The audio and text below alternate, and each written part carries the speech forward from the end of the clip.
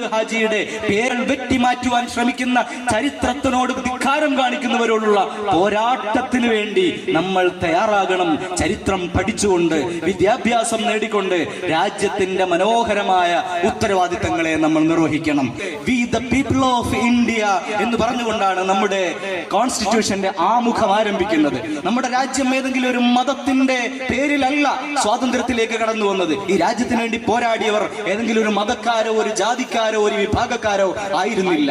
ഈ രാജ്യത്തെ എല്ലാ മതക്കാരെയും പ്രതിനിധീകരിക്കുന്ന രാജ്യം. പക്ഷേ ഒരു മതത്തിലേക്ക് ചുരുക്കിക്കെട്ടാനുള്ള ഭരണകൂടത്തിന്റെ ഭാഗത്തു നിന്നുള്ള ശ്രമങ്ങളെ അതിശക്തമായി നമുക്ക് നേരിടേണ്ടതുണ്ട്. നമ്മുടെ രാജ്യത്തിന്റെ പുതിയ പാർലമെന്റ് മന്ദിരം ഉദ്ഘാടനം ചെയ്യപ്പെട്ടപ്പോ അതിനുദ്ഘാടനത്തിന് വേണ്ടി പ്രധാനമായി ക്ഷണിക്കപ്പെട്ട അതിഥികൾ ഒരു പ്രത്യേകം മതവിഭാഗത്തിന്റെ സന്യാസിമാരും മഠാധിപതികളുമായിരുന്നു എന്നത് തീർച്ചയായും ഈ രാജ്യത്തിന്റെ ഭരണഘടനയോട് കാണിക്കുന്ന ധിക്കാരമാണെന്ന് തിരിച്ചറിയുവാൻ പുതിയ തലമുറ തയ്യാറാകണം. നമ്മുടെ രാജ്യത്ത് ബാബരി മസ്ജിദ് 1992 തകർക്കപ്പെട്ടു.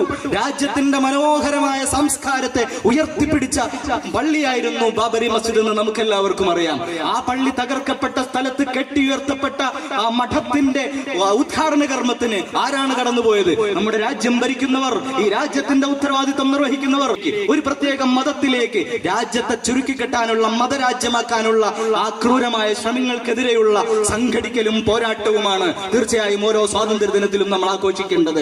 പ്രിയപ്പെട്ട സഹോദരങ്ങളെ, നമ്മുടെ നേരത്തെ പ്രഭാഷണത്തിൽ ഓർമ്മപ്പെടുത്തിയതുപോലെ ഈ രാജ്യം വൈവിധ്യങ്ങളുടേതാണ്.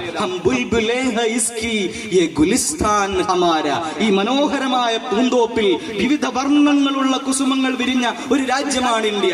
എല്ലാ തരം വൈവിധ്യങ്ങളെയും വൈജാത്യങ്ങളെയും ഉൾക്കൊള്ളുന്ന ഈ രാജ്യത്ത് ഒരേ ഒരാശയത്തിലേക്കും ഏകശിലാത്മകതയിലേക്ക് ചുരുട്ടിക്കെട്ടാനുള്ള ധിക്കാരപരമായ നീക്കങ്ങൾക്കെതിരെ മാത്രമല്ല, നമ്മുടെ രാജ്യം ജനാധിപത്യ രാജ്യമാണ്, ഡെമോക്രാറ്റിക് കൺട്രിയാണ്. ഇന്ന് ഏതാനും തുലോം തുച്ഛം വരുന്ന കോർപ്പറേറ്റ് മുതലാളിമാർക്ക് വേണ്ടി ഭരണത്തിൽ ഇരുന്നു കൊണ്ട് എല്ലാവിധ സംവിധാനങ്ങളും ചെയ്തു കൊടുക്കുന്ന ഭരണകൂടമാണ് നമ്മുടെ രാജ്യം ഭരിച്ചുകൊണ്ടിരിക്കുന്നത്.